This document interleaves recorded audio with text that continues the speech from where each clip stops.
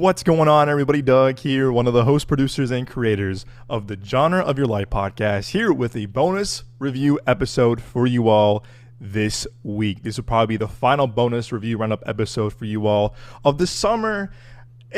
I can't believe the summer's already over. I feel like it was just yesterday we were watching Mission Impossible to kick off the summer, or Thunderbolts, and now look at we now. We are done. We are now at the end of summer 2025. I felt like the summer had somewhere to be. I feel like this summer especially, with all the great movies that came out, it just felt like it just kind of flew on by. And not over yet. Labor Day, of course, kind of like the farewell to summer. But hope you all had a great summer. Hope you all had a great safe summer. Hope you all stayed cool. I know here in AZ it's been hot. We had a lot of crazy storms the past few weeks. Hey, we still saw some great movies though, so can't take away that. But again, hope you all are doing well. It's probably a little bit of a shorter review roundup episode / maybe the producer's playable. If you're new to the show, the producer's playable is one that I brought to the channel about I want to say 2 years ago. It's kind of like a producer's, newsletter for you all when we don't do the full episode of the show. And speaking of that, the boys and I should be back finally after, almost a month, I want to say, a month of not having been together for a show. So we should be back next week with a full episode, this week with a full episode of the show. All three of us, Moses, Nick, and myself, reunited. So look out for that. And then again, we're going balls to the wall next week with our first screening of the fall season, which is A Long Walk. And I know we can't wait for that. We're hearing great things about it. I'm a big Francis Lawrence fan who's directing that movie, did The Hunger Games. So we're going straight to it. So we're diving right in. So look out for our reactions on that. Also owe you all a big apology. We recorded a little bit like a cool behind the scenes vlog for Nobody 2. For some reason though, YouTube wasn't connecting with the upload kept having issues, so we might have to skip that, unfortunately. It was really cool too. Nino, our buddy Nino, who's the goat, one of the goats, we definitely had a really fun time with it, but for some reason it just would not upload. So that's on me. Nick and Nino did a great job with that as well. We did a little video, but unfortunately it didn't come through. So hopefully next week we do one before The Long Walk. I think Seth should be with us. Our buddy Seth should be with us. According to Seth, that is, should be with us as well. So look out for that. I'm going to make sure that this time around we won't have any upload issues or, video editing issues. That's, again, totally on me. But we should be back next week with a little bit of a cool vlog. I also want to plug real quick our really cool thing, thanks to our friends at Movies More Fun / Frost Communications, and of course Focus Features. We went to a really cool Downton Abbey inspired a tipsy tea party last week in preparation for Downton Abbey, the grand finale, which is hitting theaters September 12th, so a few weeks out. It was really cool. If you haven't seen it yet, it's on our YouTube, Instagram, TikTok. It's really cool. My mom and I went to this really cool tipsy tea party with some really cool inspired cocktails and quote-unquote adult tea from the movie. Right now it's happening if you're in the AZ area, go please support Drink Me Tea Room. It's in Tempe, Arizona, off of Warner, and it was Warner and McClintock, something like that. It's in Tempe though, and this place was incredibly sweet and kind. The staff were so accommodating and so nice, and broke down all the whole menu that we're getting, and the treats, guys. I mean, if you hear our video, these were the best scones we've ever had, hands down, and it was delicioso. So I would, if you're a tea fan, if you're a Downton Abbey fan, you just love cute, supporting local, and family-owned stuff, places like this. Please support Drink Me Tea Room in Tempe, Arizona. And they have a great bakery next door for to-go treats and teas and coffees, stuff like that. I can't wait to go back.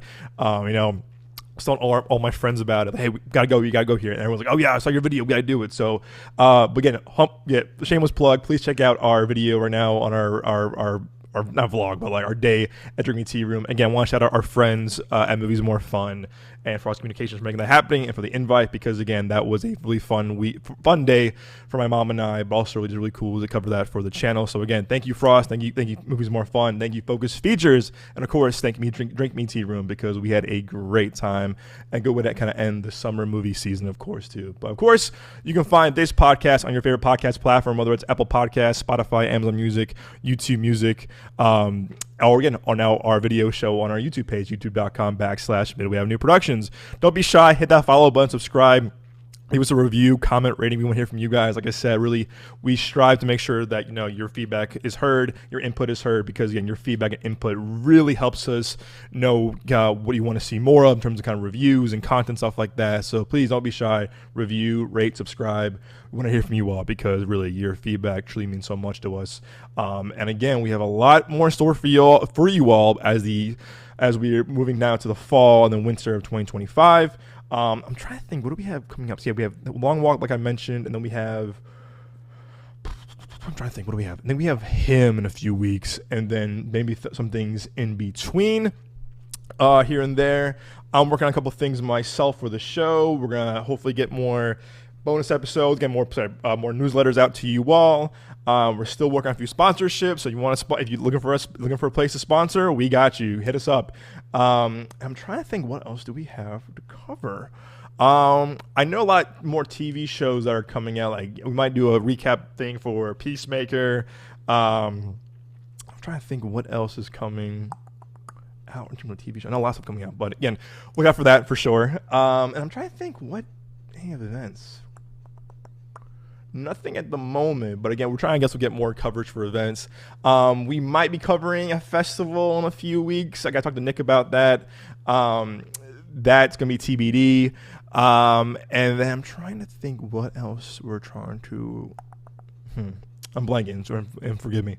But yeah, look out for that, and hopefully I have a lot more content for you all as we navigate through, like I said, the fall and winter movie season.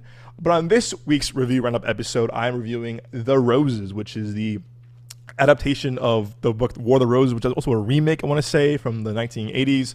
I think it was with Michael Douglas. War of the Roses. I know it's a book. Okay, let's see. War of the Roses book. War of the Roses. War of the Roses was the book. The movie is also called War of the Roses, with the great Danny DeVito, Michael Douglas, and Kathleen Turner. Also Sean Astin, I know that. So I haven't seen the original. But again, this will be the review of the updated adaptation with Benedict Cumberbatch and Olivia Colman, two phenomenal actors. And let's get to it, shall we? So here we go. So The Roses. So this movie, this movie's been marketed since, I want to say, April or March. I remember seeing something and I was like, oh wow, it comes in August, that's 4 months away. And I felt like it was kind of the norm back in the day with a lot of trailers and movie marketing, where it was like, oh, we're gonna show you this movie coming out in November, and right now it's March. And I'm like, oh. So I felt like it used to be the norm of like longer or more prolonged marketing and trailers, but I remember seeing this a while ago, and it comes out so later on, but now we're here. And I'm moving, I'm not gonna lie to you, the trailers, I remember seeing like the red band trailer or the green band, and if you don't know, the red band is kind of like the uncensored version of the trailer. We get more F-bombs and more kind of like, adult, quote unquote, like you see like nudity in red band, or you see more, again, like the rated R jokes that you won't see in the normal trailer, the more mainstream trailers. And each time I'm like, okay, this looks kind of cute, I guess. It's the writer of Poor Things, Tony McNamara is McNamara is the writer. He wrote one of my favorite movies of the past couple years, Cruella. I just adore that movie so much. Poor Things to me was okay. You probably heard our review about it a year ago. And The Favorite I thought was kind of fine. I thought all the production design of those movies are phenomenal, but Cruella I just loved. And I had that movie on sound. I had the vinyl of that movie on soundtrack. I got the 4K of it. I love that movie. And this was also directed by Jay Roach. Jay Roach, who a lot of films I grew up watching, from the Austin Powers movies to Meet the Parents, Meet the Fockers. He did a movie, Campaigns, a very underrated movie, you asking me, with Will Ferrell and Zach Galifianakis. That movie's hilarious. Came out I remember it was I was a freshman in high school, so 2012. And it was funny, that was like the year of the election, with Obama and Romney. And I love when kind of like movies kind of just like not imitate, but kind of just like come out. Like the timing of that was really funny. But that also was a good summer too. I remember 2012, a good summer, because it had what was it? Summer was a movie. It was Ted, That's My Boy, a movie that people hate. That my friends and I, we love that movie. The Campaign, The Watch, another movie that everyone does not like, and we liked it. So that was a good summer for movies. And I remember that one kind of capped off the summer that year with The Campaign. Underrated, if you ask me. Super funny. Hour 20 minute goes by fast. So yeah, Jay Roach, a guy who I grew up watching most of his movies, actually, so I know the guy pretty well. So I'm like, oh, he's done anything since really Bombshell, which I think was a pretty decent little movie. Nothing special, but it wants to be The Big Short so badly. I think the same writer as The Big Short, or same co-writer as The Big Short. But decent little movie. But the Roses, I'm okay. We'll see. And again, if you're not familiar with the Roses, the War of the Roses, the book, or the other the film from the '80s, the Roses. I'll pull up my little visual for you all. Come on, Doug. She knows by now. Here we go. Share. Let me get this full screen for you all. There we go. Come on. Alrighty, here we go. And away we go. The Roses. Life seems easy for picture-perfect couple, Theo and Ivy. They have great careers, loving marriage, and great kids. However, a tinderbox of fierce competition and hidden resentments soon emerge when Theo's career nosedives and Ivy's own ambitions take off. Like I mentioned, you probably heard my reaction on YouTube or social media. I wasn't sold by these trailers. I wasn't. I was like, this looks okay, I guess. It's kind of like late end of summer, like here you go. And to be fair, if you heard my last a few episodes, the review episodes, I was really kind of saying like I thought this August was pretty surprising in terms of like late kind of like late to the party surprises, whether it was oh my gosh, Weapons, whether it was Nobody 2. Freakier Friday. I was like, wow, usually August, again, August and January are normally the dumping grounds of like, here's what we got from the studios or companies. There you go. And I think last year too, I think like Strange Darling was a big surprise. It came out like end of summer. Like, oh, this is pretty damn good. But then you see shit like the Crow remake, and I'm like, never mind, you proved my point wrong. But this one was kind of like, okay, it's kind of like the late end of summer, end of summer with a bang kind of movie. I'm like, oh, okay, here we go. And I gotta be honest, not being sold with the trailers or the marketing, I was like, oh, this could be good, I guess. And you know what? For the most part, I had a decent little time with this movie. I'll tell you what, really right off the bat, Olivia Colman and Benedict Cumberbatch are magical together. Their chemistry is electric. It's really two of Britain's finest actors we have working today. I mean, Benedict Cumberbatch is a phenomenal actor. Olivia Colman is a phenomenal actor, Oscar-winning actress. And it's funny. My intro to Olivia Colman was years ago when my dad showed me Hot Fuzz, and years later I'm like, is that one of the cops from Hot Fuzz? And to see her kind of career just kind of blossom and kind of just like see where she is now, I mean, it's awesome for her. She's a phenomenal actor. And Benedict Cumberbatch, I remember really seeing him for the first time. Really, I think watching Sherlock, I want to say, and then Doctor Strange came out, and I was like, oh, who is this guy? This guy's a damn good actor. I probably saw some other things, here and there, but I think it was like the Sherlock era and Doctor Strange era where I was like, oh, this guy's a damn good actor as well. But I also love seeing an actor like him, who's serious, very dramatic, very just powerful, as a powerhouse of an actor, kind of do fun, stuff like this where it's not too serious, it's more, I'm not gonna say lighthearted, but definitely more on the quote unquote lighter side of things, not so much heavy as like The Imitation Game, or I'm trying to think, like I think he also did stuff like the Hobbit trilogy, whatever. I think he was the voice of that, whatever. But again, I feel like I haven't really seen him in stuff like Power of the Dog, Finishing Scheme, I guess that's a little bit lighter, but I wouldn't really call it that. That's definitely more of like maybe a show. But again, stuff like Power of the Dog, and what am I thinking of? He was Black Mass. That's a phenomenal movie, underrated. Serious movie.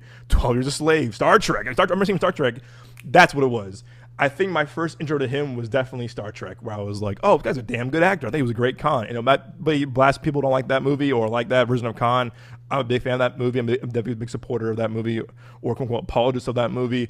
But again, that's when I think I first remember seeing it was Star Trek Into Darkness. I'm like, yeah, this guy's a damn good actor. And then you see him in stuff like, again, Doctor Strange and Sherlock, whatever. But I remember Black Mass too. I was like, this guy's a really good actor as well. But again, you haven't really seen him in really quote unquote fun, like lighthearted stuff. Again, I'm not calling this movie lighthearted, but it was just like he was in Penguins of Madagascar. Good for him. Also The Grinch, the last animation version of The Grinch.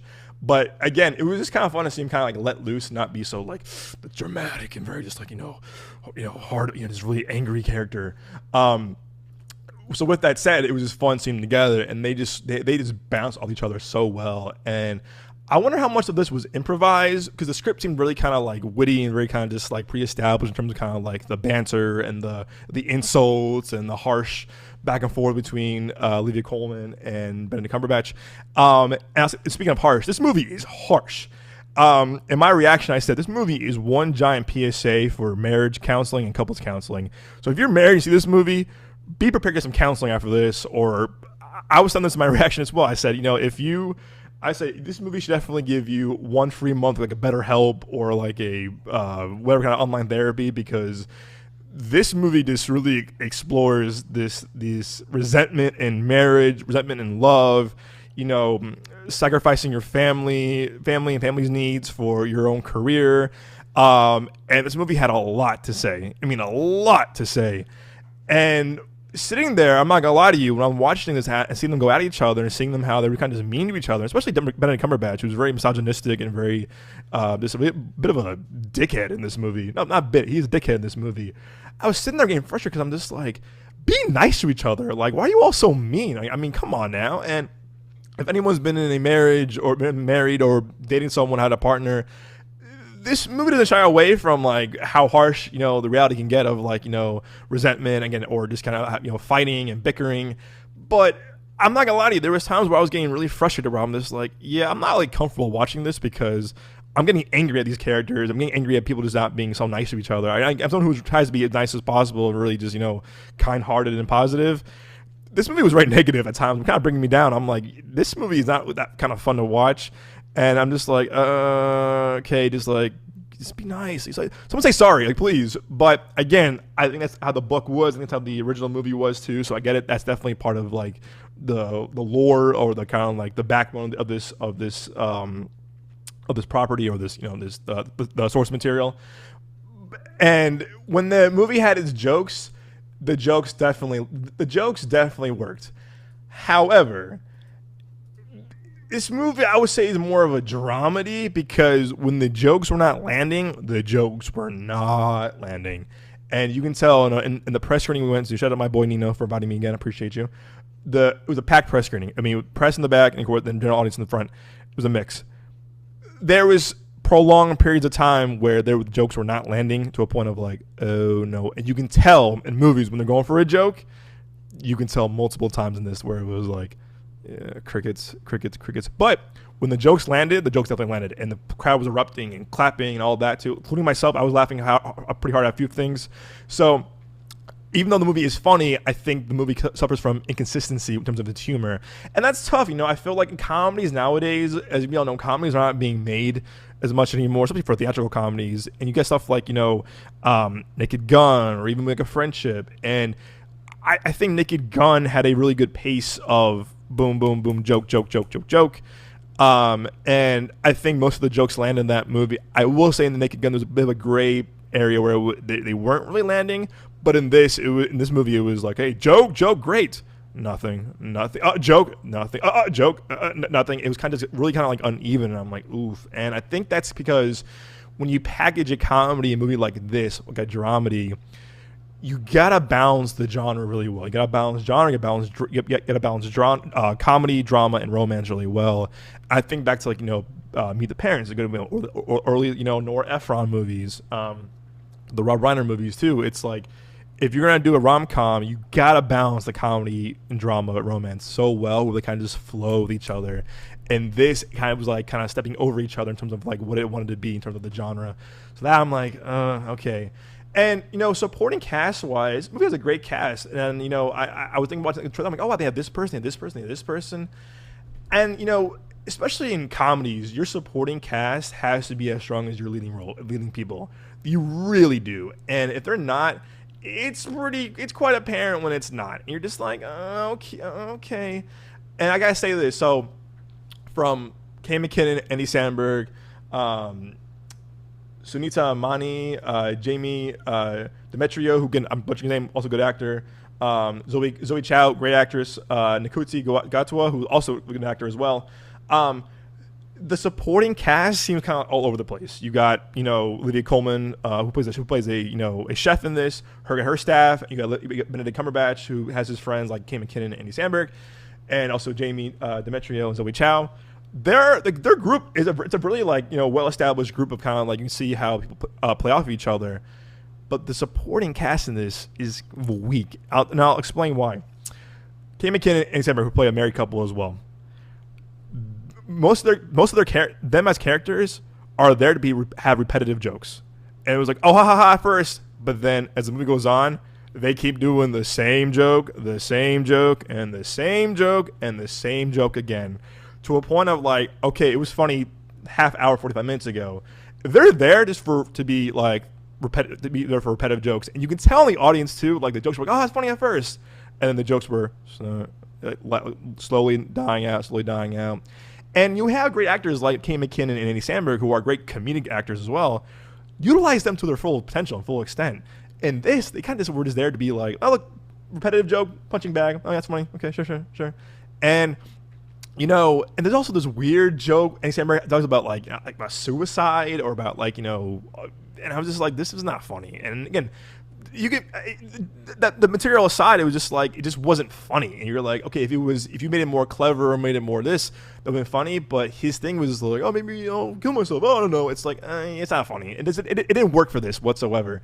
And again, that's one of the ongoing jokes. So it was like, talking about suicide. And I'm like, okay, dude, it's not funny. You keep doing it, it won't be funny. And Kate McKinnon has this kind of weird, kind of like, you know, like flirty thing to Benedict Cumberbatch. Again, you see in the trailers too. It's funny at the first time, but when it keeps going over and on again, you're like, this is weird now. This is kind of creepy and weird.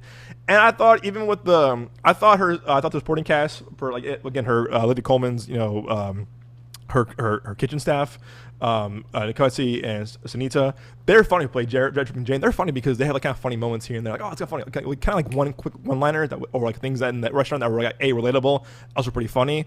But then you get stuff, you know, people like Zoe Chow and Jamie Demetrio, who are again also just phenomenal actors too. They're there to be kind of like, oh, look at me, like, oh, look at us, we can be mean to each other too, and it doesn't work. You kind of feel uncomfortable.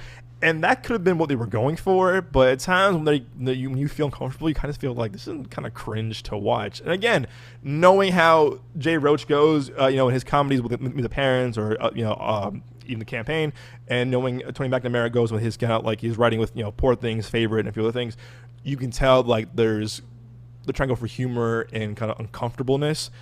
But when it doesn't work, it's really apparent it doesn't work.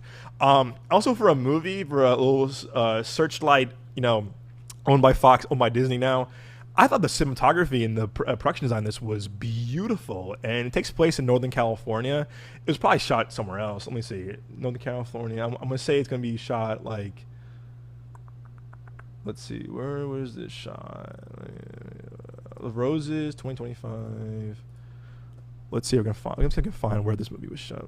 Filming locations.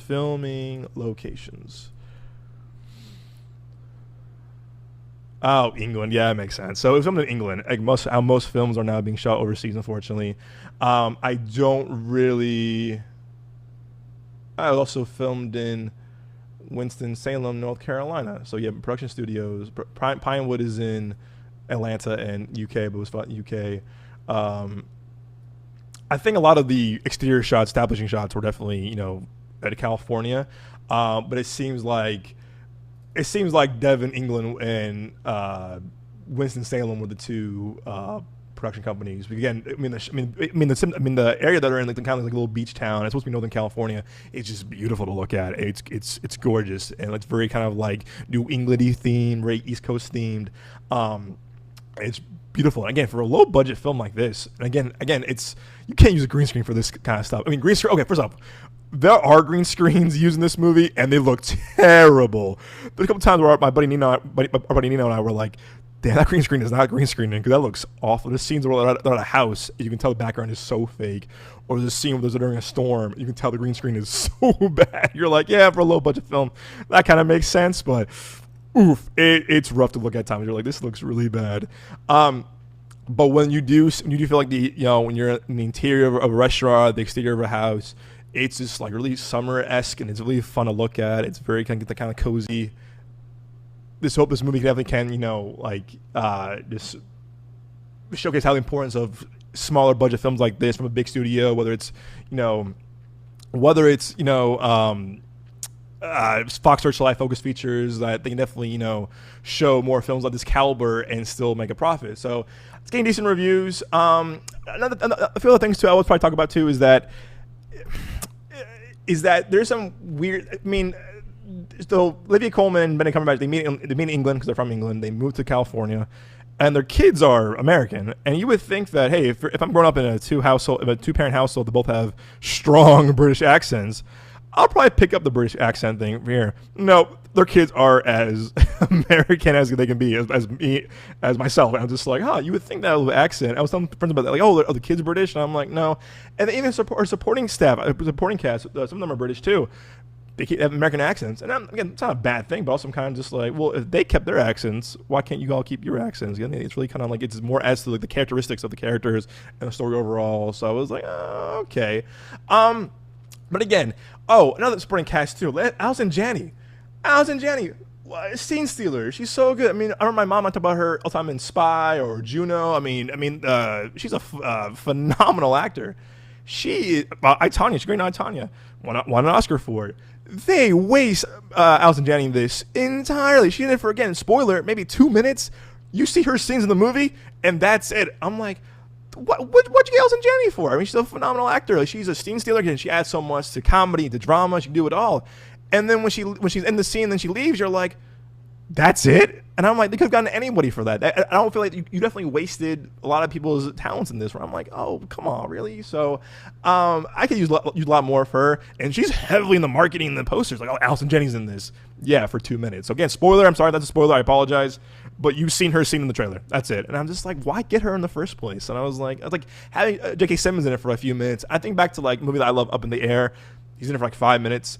But it was more effective. In this, she's in it for like a joke too. She's playing a lawyer. She's in it for a joke too, and then she's out. I'm like, what was the point? So, the movie overall, I still liked it for what it was. I still had I liked when the comedy worked. I do think they showed too many of the funny jokes in the trailer, like the joke with them at therapy, and some of the Andy Samberg stuff. I'm like, or Kim McKinnon stuff. Like, oh, okay, I've been funny, but you kind of just wasted that because you say those for the trailers. So, again, fun movie, anything special. Am I glad I saw it in theaters? Yeah, because the experience was fun. I'm kind of surprised this wasn't made for Hulu or made right to HBO or something like that. Especially how Hulu and Disney are making these movies, these Searchlight movies, straight to Hulu nowadays. Which back in the day, these would be box office somewhat not winner, but like would have legs or whatever. So. Kind of surprised it didn't make it to Hulu right away, but again, I still had a fun time in the theaters. Again, the crowd I was with definitely enjoyed it when it worked, and I don't think this movie's going to do well at the box office. Also, Caught Stealing's coming out this weekend, a movie that I'm so hyped to go check out, but I'm hearing kind of mixed things about it too, and I'm like, oh no, I want to see this movie so badly. But it's not the movie I think would be like to end the summer strong. I'll be honest with you on that. It's not like oh man, went out with a bang. I think the summer kind of ended with Weapons, even though I did like Freaky Friday and Nobody 2. Weapons seemed to me to be like the movie that kind of just like in terms of kind of like the big pop, like, oh my god, everyone's talking about this. I feel like this film's going to be not well received at the box office. It's going to be on Hulu in a month, so I don't know. If you do like the book, you do like the original, yeah, I would see it made at a matinee or a discount Tuesday. Again, it is definitely a fun movie to watch when it's nice to each other. When it's not nice to each other, it's a frustrating watch. But again, the performances in this are great from Olivia Colman and Benedict Cumberbatch, and you're really going for the performances, the banter, because again, the banter between them is like just electric. So I'd give The Roses honestly a solid 3 out of 5. I was teetering at 2.5 at first, and I was like, okay, it was good, but I did like a lot of the dialogue and the acting and the scenery. So a solid 3 out of 5. But I wouldn't tell you yo, gotta see The Roses, man. And the summer with a bang. Labor Day weekend, go see The Roses. I'm not. I would probably push you to go see Weapons, go see Nobody 2, go see F1 that's still playing. I would push you to those movies for sure. But again, it's a charming movie at times. But like I said, if you are going through a divorce, marital partnership problems, a breakup, whatever, I would not recommend this movie unless you're in therapy, because this movie, like I said, it's goes for the necks, as we say. So it's very cutthroat, as we'll say too. So yeah, The Roses, 3 out of 5. And honestly, like, I kind of have no desire to watch the original now. I'm like, I'm good with this one. So yeah, it is what it is. And that's all I have for you all this week in terms of reviews. I saw an article today I want to talk about, if you don't mind, if you indulge me for a second. I think it was Deadline. I didn't like this article. I thought it was very harsh. Slash film. It's with slash film. Yeah, or this to you in a little bit. Slash film. And I think this people were the past couple years. I remember hearing this a couple years ago too. When they were like, just wait till summer 2025. That's when it'll be all better. Because last summer, 2023 was a bit of a harsh summer. I think a lot of things flopped. Whether it was Transformers, whether it was Indiana Jones, The Flash, Fast 10. Movies that I think a lot of us like. I know on the podcast version that, and I know Nick Moses and myself liked, but a lot of films did not do well at the box office. It was a big like, oh, the summer is back, and it just wasn't. Except for Barbie and Oppenheimer saved that summer. And then last summer too, I was really worried when The Fall Guy came out and Furiosa came out, where The Fall Guy was this huge, like it's gonna be the best thing to kick off summer 2024. And that movie did not flop and did not deserve to flop. You guys, The Fall Guy is an awesome movie. And then Furiosa came out, and that movie ate it. I'm like, uh-oh. And then when Bad Boys 4 did decent, I'm not gonna say it did great because the third one did much, much better, but it did decent. I'm like, okay, we're moving along. And then when Twister did really well, when Deadpool and Wolverine did really well, I was like, okay, I think the first half was a bit like, uh-oh. And then the second half came out, you're like, oh, okay, like Long Legs, that I didn't like that, I didn't really care for, and Nick liked. Well received, made a lot of money for an indie film. So I think last summer was the first half was not great. Second half was stronger in terms of box office, in terms of reception, in terms of like results, in terms of like financials. And then this summer, and I keep saying next summer's gonna be a banger, man. You got Fantastic Four, you got Jurassic, you got Thunderbolts, you got F1, you got all these movies, blah blah blah, Superman. And again, that was definitely a cool thing to kind of like look out for. Mission Impossible, Lilo and Stitch. I mean, a lot of stuff coming out. I'm like, okay, cool. Slash Film today said, why, again, this is not me hitting on any outlet or any kind of like, journalist, whatever, but I read this morning and I was like, I don't like this. Why the summer 2025 box office was a major step in the wrong direction. And the picture is Lilo and Stitch. And Lilo and Stitch is the only film to make $1 billion this year, I believe. Yeah, this is it right here. And surprising, yeah, yes and no. But I've been really praising this year a lot since my beloved Companion came out in December. January. I think this is misleading, and I'll tell you why. This has been a great year for original filmmaking, indie filmmaking, just the theaters in general. I think this summer, summer aside, Sinners, Sinners, Companion, Black Bag. I'm trying to think what else. Novocaine. I think we're putting a spotlight too heavy on the summer. How about the first four? Minecraft. How about the first 4 months before summer? We had great films. Did all of them do well? No, but a lot of them were well received. Like I said, Companion movie, that's still my favorite movie of the year. I have the poster right there next to the Fall Guy. That Fall Guy poster. That's Fall Guy. The Free Guy poster that's falling off now. Past a month, I need to get it fixed. But I just feel like that was a great movie. I feel like with Novocaine, it was a great movie. Didn't do well. Box office well received. Black Bag, a phenomenal movie. Not phenomenal, but really good movie. Well received, didn't do well. So okay, but I think this is like we're showcasing like all the bad things. How about the positive? Like Sinners was a great movie. I mean, it made so much. It had a great. I mean, it made money after money after money. F1. I feel like F1. It was like talked about for so long. And it's like came and went. It's an original film. It's crossed what 600 mil? About to cross 600 mil for an original big budget blockbuster. That's huge. Sinners did so well for a big budget blockbuster. Like I don't know what people are kind of like. Oh, it's not the same anymore. Yeah, no shit. Because again, when they're comparing it to the 2019 summer of 6 years ago before COVID. Yeah, of course, you had Endgame. That was a once in a lifetime generational event. We will not have that in a long time. No Way Home probably came closest to it, but we want to have that for the longest time. And I just feel like, okay, and I do think, with Thunderbolts not doing so well and Fantastic Four not doing so well, both films that I think we were, we liked, we didn't love, that we were positive on. I just think that this year, especially for myself, I felt like there was more of a buzz around original films that weren't superheroes. Superman was a special occasion because it was a reboot of the reboot of the DC universe. It's the first Superman, James Gunn's kind of first big. No, he did the Suicide Squad and Peacemaker, but this was like the first big kickoff, minus the show Creature Commando. This is the first big blockbuster send off for the new DCU. And again, it didn't make it wasn't like the big $1 billion hit, but I think it was still a good start for the DCU and Superman going forward. And Mission Impossible did pretty well. It didn't do great numbers. It didn't do like Fallout numbers or Ghost Protocol numbers, but it did pretty well. Stitch, that broke my heart, did not care for, made $1 billion. So I don't know. I don't understand this kind of like this narrative of like we have to focus on summer blockbusters only, because I feel like the next few months we got Long Walk, we got him, we got Tron Heirs, we got Avatar coming out in December, we got The Running Man. I mean, we have so much. Black Phone 2. We have so much to celebrate and look forward to. I don't understand why we emphasize this summer especially. I think I think I enjoy a lot more movies the first 4 months of the year before summer. I love F1. First 4 months ending with, I feel like, with Sinners. And then the first summer blockbuster was Thunderbolts. I really have enjoyed a lot of films this year, both original, independent, smaller budget, big blockbuster stuff. So why should we just be focusing on the summer? How about the year entirely? And I think this year has been a big improvement over last year and the year before. And last year, too, was a great year for original filmmaking and indie filmmaking and big blockbuster movies. It was. I really do believe that. But kind of comparing this to 2019 is unfair. I believe that. Because, again, it's like you're showing something that was this, again, before a pandemic. Prices were cheaper back then, surprisingly.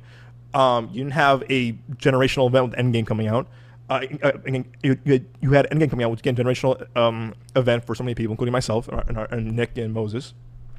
So why are we comparing it to something that like it's long gone and comparing to different times? I really I struggle with that, because I'm just like, we should be celebrating. Yes, there's a lot of things we should focus on. Prices for tickets are way too high. Again, unless you're a Regal Limited member like myself and Moses, or AMC A-List, or whatever Cinemark has, we really have to celebrate the small wins, whether it's a Minecraft, whether it's, Sinners. Those are huge wins. But we should be focusing on summer alone. We should not. We should not. The year should be, okay, how we do it this year, from the quality of content and the box office too. The box office, again, the financials, I understand that. But really, are people coming out to support original films and blockbusters? And I think this year proved with F4 and Benedict 4 and Thunderbolts, the superhero genre, I think Marvel's kind of finally lost its touch, because, again, I'll be the first one at Doomsday next year, 100%. I'll be the first one at Spider-Man next year. You have no idea. Spider-Man is my life. It's a huge part of who I am. So I'm looking forward to that. But again, we should be celebrating not the failures, but also the wins of the smaller stuff too. And we saw a lot of great films at South by this year that we were still raving about, and that Good Boys coming out in a few months, and that we've been raving about since day one we saw it at South by.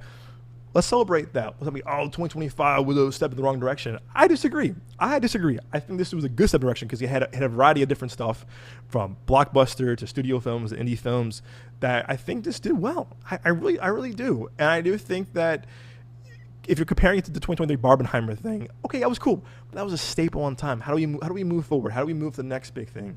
And with the slate of films that were coming out for the fall, and we'll probably do our fall lineup either next week or this week or next, probably next week. When we do our review for The Long Walk, we have a lot of things to celebrate. Conjuring, it's a lot. I mean, there's so much to celebrate in the next few months, and as the year's not even far from over yet. We should be really kind of just emphasizing that, not to be so negative about the box office. But again, streaming is still streaming. If people come from their own home. The window for theatrical movies have now shortened to 30, 45 days, sometimes even shorter, because they don't do well. Things have changed. But again, I think when we gotta celebrate the things that do win.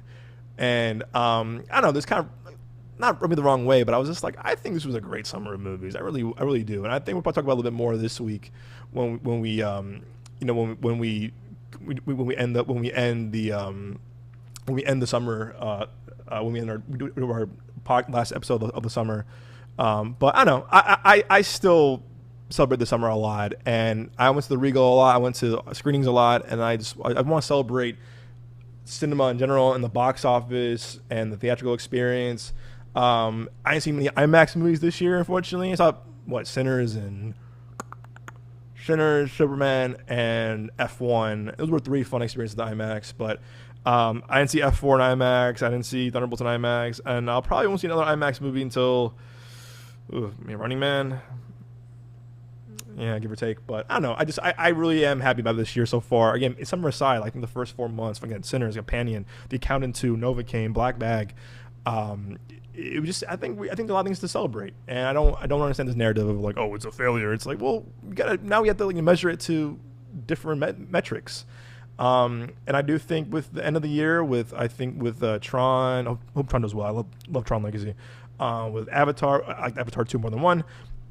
We have a lot of things to look forward to, and I just feel like it's too early to call this year a failure, and I think we should be more nicer and more fair to metrics going forward. But hey, get off my soapbox. Thank you all for letting me rant and let me kind of talk about this. It's really important to me. Again, I have someone who is, the show, myself, Moses, and Nick. We are just really we're champions for the theatrical experience.